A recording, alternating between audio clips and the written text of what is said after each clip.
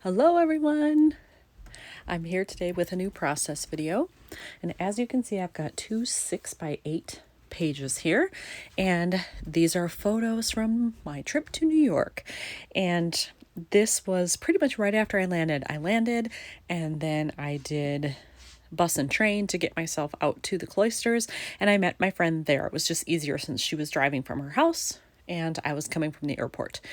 So we met up to go to the Cloisters, and you can see that I have the front of that here. I have a quick picture that we took together before we went in, and then I have the map/brochure for it. And I do plan to use it. I don't know what I'm going to do with the front, but I do want to decorate it in some way just to make it a little more interesting. And then over here, I do have one card as a possibility already. I have this one, and it's specific about going to an art museum or gallery, which is what we're doing. But I have so many pictures from the Cloisters and from when I was at the Met. I could use this there as well. So I'm holding this in reserve. I'm sure it'll get used in this album. I just don't know that it'll get used on this layout. So I do have it if I don't find anything else. But I'm on the hunt to find a different card that possibly could fit there. And then really it's just decorating here. I will say for the card, I would like something that has journaling space, because I would like to say, we chose to meet here and neither of us had ever been, even though she lives there, that kind of a thing. So I would like something with at least half of it being journaling space. So I've decided before I even look for the card, I have pulled out my little baggie of stuff that I had that is museum specific. So I'm going to go through there, see if there's anything that I think is fitting for this particular layout. If not, I may just decide to do something about friends or spending time together or something like that, since we are in the photo and we haven't actually started touring the museum yet, but we'll see what happens. All right, I've pulled out a couple of things I may use. I also found a couple of things that I may use elsewhere. I found two things I'm probably going to just put off to the side and keep for Chicago because they're pertinent to that. And then I have a couple of other things that might work for subsequent layouts that I know are coming. And so I want to just pull those to make sure they're left alone and at the ready there. But for this, these are the two things I pulled. I love this one. It's green, and we do have green in the background here. And this is true. I absolutely loved my visit here. And I was very surprised that my friend had never been there because she lives in New York. But it's just not as famous as the main Met. And so I think it maybe gets a little forgotten about, and it takes extra work to get there because it's, way further north. So you have to really want to go there. It's not something you're probably just going to happen upon.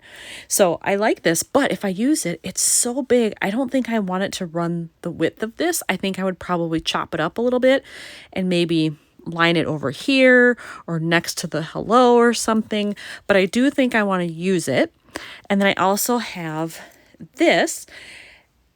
And I like that it brings in the blue from the sky, because otherwise there really isn't much happening there, but that blue is lovely. And so I'm wondering if maybe I can do this like off the top, or I don't know. Obviously that has to go up here somewhere, but I could also maybe put it under this line, or nope, not that. That looks weird. So it's either here or it's right up to the top. I could cover the part that says map, I suppose, because I don't necessarily need that. But I'll play around with these and see how I want to use them. So at least I have that to get me started. Then I'll worry about the left side later. So for this map and brochure, when I was looking at it, I do plan to use the back side of it for a full 6x8 photo on the next layout. So I do have to kind of keep that in mind. Whatever I do to this, I still need to be able to do that. But as I was looking at this and had it open and everything, I realized this is all I really need here is this stuff. I don't even need this last page. So I think I may remove this actually, because then, when it's closed up again, this will be the back page. Well, I don't need that either. I don't need info on joining the Met or all that. What I want is the stuff that's on the other side. So I think I can totally remove this page, put that photo here, and it still makes it okay for me to use on this layout. I have done my embellishing on the front. I did decide to put that smack in the middle up there. And then I have this down here. And yes, I have a big empty space here, but I think the hello kind of offsets that a little bit. And then I have this down here, and I like that I have kind of these three bold things happening. Now, I could add something in here, I guess, if I wanted, but I don't think I will. I did also cut off that back page, so now I have it just the way I want it, and I have this on the back, which will be great. But I realized I do have to decide, do I want to keep this in the page protector, or do I want to use the Citrus Twist little strip on the side where it just gives me holes off the edge and I can turn it as is? I'm tempted to do that because then it opens more easily. You don't have to take this all the way out of the page protector. So I haven't totally decided, but I think that's probably what I'll do. And then here, I do want to put in a little staple right here, but because this is part of a fold here and I want it to go vertically, that makes it a little difficult. However, I do have my old school close to my heart stapler that lets you go like 360 degrees anywhere on a layout. So I will use that to put in the staple. All right, so I have it positioned the way I want. And then I just need to line it up here and press. I'm getting a bad shadow, so it's hard to tell. I want to make sure I get it in the right spot. I hope I don't screw it up. Oop. I didn't press quite hard enough. It didn't go all the way in. But I can fix that. At least it's in the right position. So I can just press down the inside of the staple there and make it tight to the page. All right, there we go. So now that's in. Oops. My little part that I cut off is stuck to it. There we go. Where'd it go? It went somewhere. The joys of having scraps. Anyway, that part is fixed. And I will say for this stapler, I'm pretty sure they don't even make it anymore. I bought it originally way back in the day when I was still doing 12 by 12 scrapping because it gave me a much further reach. I don't use it a whole lot anymore, so maybe it's on its last leg. I don't even know. I'll just use it till it dies, and when it's no more, then oh well. Then I'll just have to think harder when I put in staples. When I went looking for another card here, I do think I have found one that I'm going to use, and it is not museum related, so I can save that other card for one of the other layouts. But I found this one, and I'm pretty sure this is from Ellie Studio. I get their monthly kit, and it looks like their design works. I'm pretty sure it's them. But I love that it says spending quality time together, and it's red. Now, of course, these colors are a little off from that. That's totally fine. It adds some visual interest. And I love that it's got at least, half the card for journaling, which is what I wanted. So I love the message. I love the color. I love the room to write. So I'm definitely going to go with that. Then I just have to figure out, am I embellishing over here? When I put these next to each other, I kind of have all the colors represented. So I'm not sure what I would even look for here. Looking at how this is laid out, I think if I do anything, I might pop something like right on this edge to make a visual triangle over here that crosses the page instead of just on one side.